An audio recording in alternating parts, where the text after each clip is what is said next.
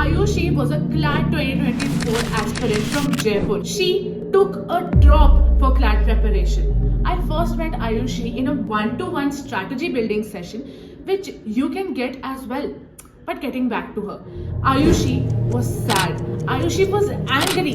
Ayushi was guilty. Why? I'll tell you why. But before that, you need to know that whatever happened with Ayushi happens with 90% of CLAT aspirants every year. This video will save you from the sadness, the anger, the guilt.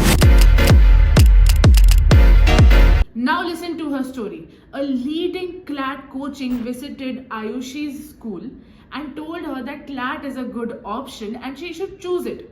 And she believed in them. She went on and took admission in their coaching institute. But here is when the nightmare started. She wouldn't get mocks on time. She would not get her results and mock answer key. There were no punctual classes. The faculties were changing left, right and center. There were no set timetable. She even had to wait for days for basic doubt resolution. This made her CLAT journey miserable. But there were ways that she could have prevented this from happening. Guys, I'm not victim blaming. Just trust me. At the end of this video, you'll be able to figure out the best CLAT coaching that is suited as per you, tailor-made for you. But why listen to me? Hey guys, I am Chia, your CLAT mentor, and I have mentored more than 1,000 students just like you. I was also a faculty at Legal Edge.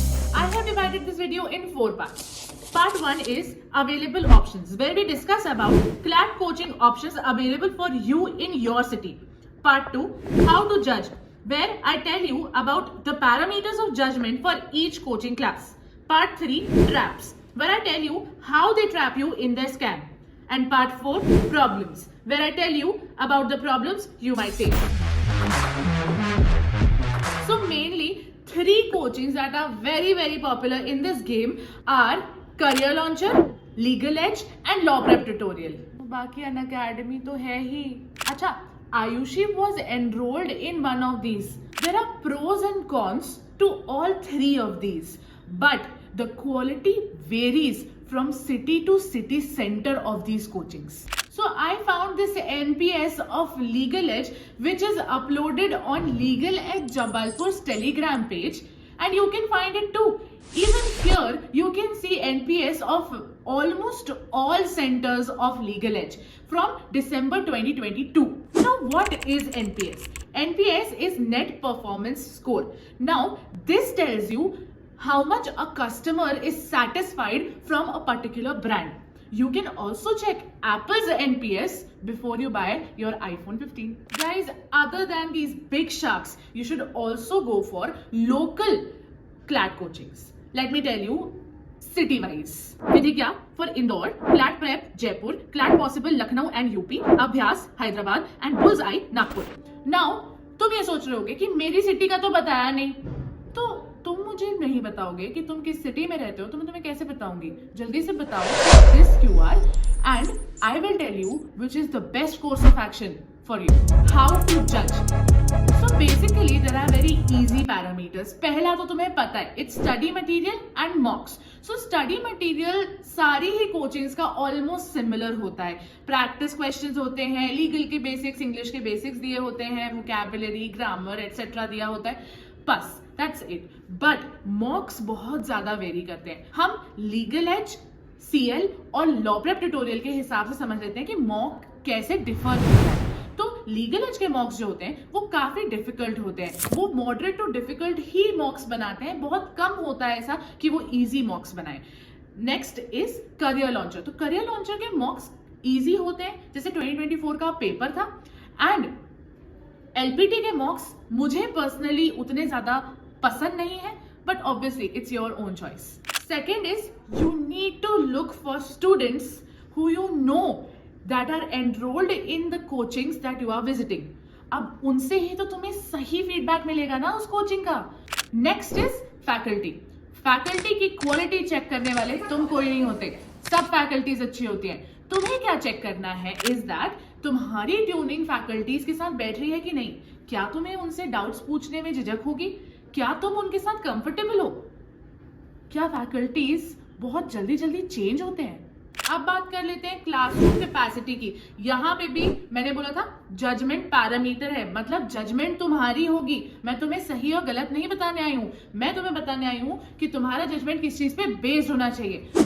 अगर तुम इसकी तरह एक introvert हो और तुम्हें बड़ी capacity की क्लास में क्वेश्चंस पूछने में या फिर डाउट रिजॉल्व करने में प्रॉब्लम होती है, तो तुम्हें एक छोटी कैपेसिटी की क्लास चूज करनी चाहिए। लेकिन अगर तुम मेरी तरह एक एक्सट्रोवर्ट हो और तुम्हें एक बड़ी सी क्लास में अपने व्यू पॉइंट्स रखना पसंद है, नए नए क्वेश्चंस पूछना पसंद है, दूसरों के क्वेश्चंस एंटरटेन करना पसंद है, तो तुम्हें एक लार्जर कैपेसिटी की क्लास चूज करनी चाहिए। Next is faculty. तो कभी कभी ऐसा होता है कि फैकल्टी इतनी ज्यादा व्यस्त होती है क्लासेस में एटसेट्रा एटसेट्रा में कि वो तुम्हारे प्रॉब्लम्स और छोटे से छोटे डाउट्स सॉल्व करने के लिए टाइम नहीं निकाल पाती है। बट बेसिकली अगर तुम्हारे डाउट्स इस तरीके से सॉल्व नहीं हो रहे हैं और तुम्हें मेंटोरशिप की जरूरत है, वो भी पर्सनल मेंटोरशिप की जरूरत है, और तुम्हारे डाउट्स रिजॉल्व नहीं हो रहे हैं, तो छोड़ दो।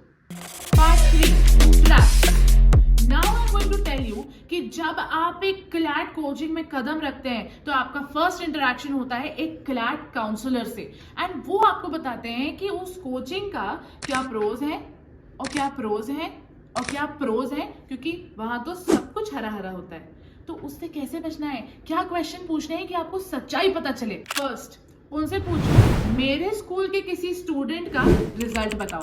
अब यहाँ पे वो तुम्हें उल्लू नहीं बना पाएंगे, वो ये नहीं बोल पाएंगे कि AIR 1 ही उनकी कोचिंग का रिजल्ट है, क्योंकि उनकी कोचिंग का रिजल्ट इज द वन जो उनकी सिटी से निकल के आया है। क्या वहां कोई अच्छा रिजल्ट आया है? सेकेंड, क्या मैं डेमो ले सकता हूँ? अगर ना बोले तो भाई तुरंत बस्ता उठा के भाग लेना, मतलब पक्के से स्कैम हो रहा है, क्योंकि जो डेमो नहीं देते उनकी फैकल्टी के साथ कुछ ना कुछ फेरबदल होता है। कितने डेमो क्लासेस देने हैं? 2 demo classes for each subject, और एक बार मॉक भी देना है, that to offline. Last question, क्या मेरी फीस रिफंडेबल है? और अगर वो बोलते हैं कि फीस रिफंडेबल नहीं है तो उनको जाके ये दिखा देना या फिर मेरा वीडियो दिखा देना। कुछ टिप्स सुन लो, ठीक है? जैसे तुम एडमिशन लेने गए एंड तुरंत ही एडमिशन लेके आ गए, फीस पे कर दिया, सब कुछ एकदम फटाफट सब कुछ डिसाइड कर लिया। That is wrong. तुम थोड़े दिन के लिए वेट करो, दे विल कॉल यू हेफ्टिली, मतलब 1 नहीं 2 नहीं 10 बार कॉल करेंगे, एंड एंड में हार के तुम्हें बहुत अच्छे ऑफर्स देंगे। And I know money is very very important for everyone, क्योंकि मैं तो कंजूस हूं, तुम्हारा मुझे नहीं मालूम। एंड लास्ट बात, एक कोचिंग के पास जाके उनसे मंत्रमुग्ध मत हो जाना। बहुत सारे कोचिंग्स को ट्राई करो, जो तुमको सबसे बेस्ट लगे उन्हीं के पास जाओ। पार्ट 4, तो देखो स्टार्टिंग के जो कुछ समय होता है उस समय तो ऐसा होता है कि जैसे आप फर्स्ट डेट पे आए हो किसी के साथ, बिल्कुल सब कुछ बढ़िया रहता है, लेकिन धीरे धीरे करके प्रॉब्लम्स आने लगती हैं और वो तुम इग्नोर करने लगते हो। लेकिन ऐसे इग्नोर नहीं करना है गाइस। कुछ ऐसी प्रॉब्लम्स हैं जो अगर आप तुम फेस करते हो तो तुरंत ही अपनी जान छुड़ा के भागने की कोशिश करो, ठीक है? उसमें से फर्स्ट प्रॉब्लम है कि मॉक कंडक्शन ढंग से हो रहा है कि नहीं। देखो क्लैट होता है ऑफलाइन, तुम्हें पेपर देना है 2 बजे से 4 बजे तक हर संडे को। तो अगर 2 बजे से 4 बजे तक बैठ के तुम्हारी स्ट्रिक्टली मॉक करने की हैबिट नहीं होगी तो तुमको उस दिन बहुत परेशानी होगी। बहुत सारी कोचिंग वाले तुम्हें ये भी बोलेंगे कि ऑनलाइन मॉक्स दिया करो, बिल्कुल गलत है। क्लैट ऑफलाइन होता है, तुम्हें मार्किंग से लेके हर चीज जरूरी है करना, एंड ऑनलाइन मॉक्स बिल्कुल नहीं करने। मॉक दे दिया संडे को, रिजल्ट आ रहा है नेक्स्ट टू नेक्स्ट मंडे को, कोई मतलब है? कोई मतलब नहीं है। अगर तुमने संडे को मॉक दिया है एंड मंडे को रिजल्ट ना आ जाए और तुम उसको एनालाइज ही ना कर पाओ तो तुम आगे नेक्स्ट मॉक की प्रिपरेशन कैसे करोगे? कोई बात समझ में आती है? डाउट्स एंड मेंटोरशिप, देखो जब तुम्हें जरूरत है, अगर तब तुम्हारा डाउट क्लियर नहीं होगा तो अगले 1 घंटे में तुम्हारा दोस्त तुम्हारा डाउट क्लियर कर देगा। बट एक मेंटोर की जो छत्र छाया होती है वो बहुत डिफरेंट होती है, वो तुम्हारी थिंकिंग को मेंड करते हैं। वहीं जो तुम्हारा फ्रेंड होगा वो बस तुम्हें ये बता देगा कि कोई आंसर क्यों नहीं होगा, and that will be just timely classes. ऐसा नहीं होना चाहिए कि तुम 4 बजे की क्लास पे 4 बजे पहुंच रहे हो, लेकिन टीचर 5 बजे आ रहे हैं, 4:30 बजे आ रहे हैं, 6 बजे आ रहे हैं। ये कोई तरीका होता है? Changing faculties. अब देखो, मेरी एक बात बहुत कड़क दिमाग से बहुत सही समझना, ठीक है? जैसे मैं सीआर और इंग्लिश एक तरीके से पढ़ाती हूँ, ठीक है? अगर तुमने मेरा तरीका सीख लिया तो तुम्हारे लिए बहुत अच्छा होगा, लेकिन अगर तुम्हें इस तरीके को भंग करने के लिए कोई और टीचर मिल गया तो फिर ये तरीका तुम्हारे लिए बिल्कुल वैनिश हो जाएगा और तुम दोनों में कंफ्यूज हो जाओगे और सब कुछ दिमाग से उड़ जाएगा चिड़िया की तरह। तो इसीलिए फैकल्टीज चेंज नहीं होते रहना चाहिए। लास्ट, सेल्फ स्टडी के लिए एक डेडिकेटेड प्लेस होनी चाहिए। तुम उसे लाइब्रेरी बोलो, तुम उसे हॉल बोलो, तुम उसे मेंटोरशिप रूम बोलो, डजंट मैटर, तुम उसे क्लासरूम बोलो, लेकिन सेल्फ स्टडी के लिए एरिया चाहिए, क्योंकि घर पे पढ़ाई करना बहुत मुश्किल होता है। मम्मी की चिक चिक, पापा की चिक चिक, भाई का रोना, सब एक साथ हो रहा होता है। यहाँ पे हमको कंसंट्रेशन चाहिए, जो हमें सिर्फ कोचिंग सेंटर्स ही प्रोवाइड करेंगे।